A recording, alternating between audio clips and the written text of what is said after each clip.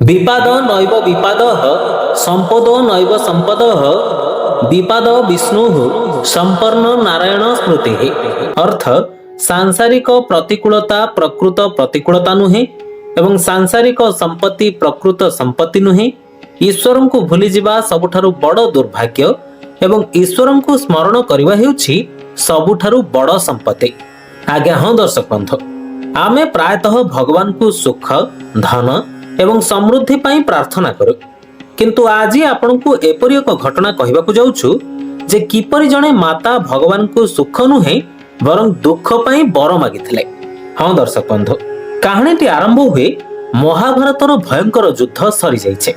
कुरुक्षेत्रर भूमि रक्तरे लाल होई जाइछे एवं धर्मर सूर्य अधर्मर मेघ को भेद करी उदित होई जाइछे।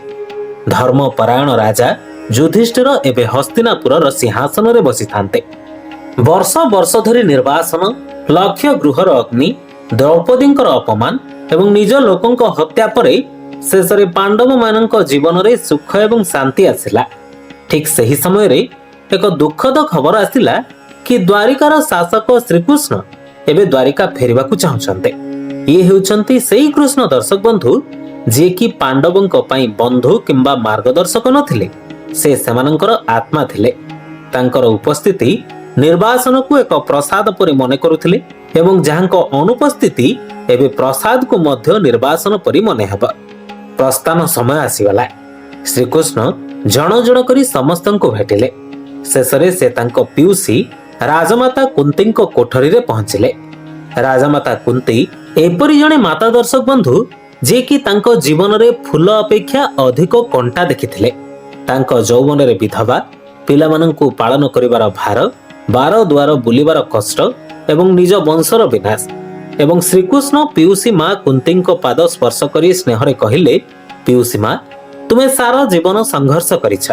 तुमे मो पई एवं पांडव मानंको पई बहुत दुख जंत्रणा सह्य करिछ। आज मु जाउछि, तेणु मु चाहुछि जे तुमे तुम पई किछि माग। माता कुंतींको आखिरु लुह बहिगला। से श्रीकृष्ण को चाहि रुद्ध कंठरे थर थर ओठरे कहिले, हे केशव, हे जगत गुरु, जदि तुमे मो उपरे संतुष्ट एवं मते किछि देबाकू चाहुछ तेबे मते कष्ट दियो, मते जीवन व्यापी दुख दियो गोविंद। यह शुणी त्रिलोकर प्रभु स्वयं श्रीकृष्ण मध्य आश्चर्य होइगले। से आश्चर्य होई पचारिले, पिउसी मां तमे कोन मागुछ? एते वर्ष धरी दुख कष्ट सहिबा परे एबे पुणी दुख चाह? तुमे काहेकि दुख चाहुछ? ए प्रश्नर उत्तर रे माता कुंती जे उत्तर देले ताहा थिला जणे भक्तर भक्तिर शिखरा। माता कुंती कहिले, हे गोविंद, मु जीवन को बहुत निकटरू देखिछि। जेतेबेले मो जीवन रे दुख आसीथिला मु केवल तुमको मने पकाइथिले। प्रत्येक संकट रे मु तुमको डाकिथिले एवं तुमे मते उद्धार करिवा पई दौड़ी आसीथिला। दुख रे मोर मन गोटाए मुहूर्त पई मध्य तुमको छाड़ी नथिला। आ दुख हेउछि सेही सूत्र जहा मते तुम पादरे बांधी रखे।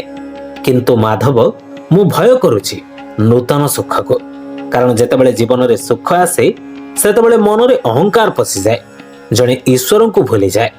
तेणु हे माधव, मु एपरि सुख चाहेनी जेउथिरे मु तुमको भूली जिबे। मु केवल सेही दुख को भल पाए जहा मते तुमको मने रखि थाए एवं तुमको देखे। तेणिकी तुमे जेउठारे था ताहा ही मोर सबुठारु बड़ सौभाग्य। श्रीकृष्ण निर्वाक हे गले। तांको आखि पिउसी मांको प्रति असीम प्रेम एवं सम्मान रे भरि जाउथला।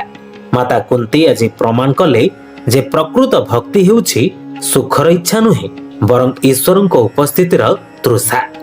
माता कुंती आमको एई शिक्षा देले जे जीवनर सबुठारु बड़ दुर्भाग्य दुख नुहे बरं ईश्वरଙ୍କୁ भूली जिबा एवं सबुठारु बड़ सौभाग्य हेउछि सुख नुहे बरं प्रत्येक परिस्थिति रे ईश्वरଙ୍କୁ स्मरण करिबा।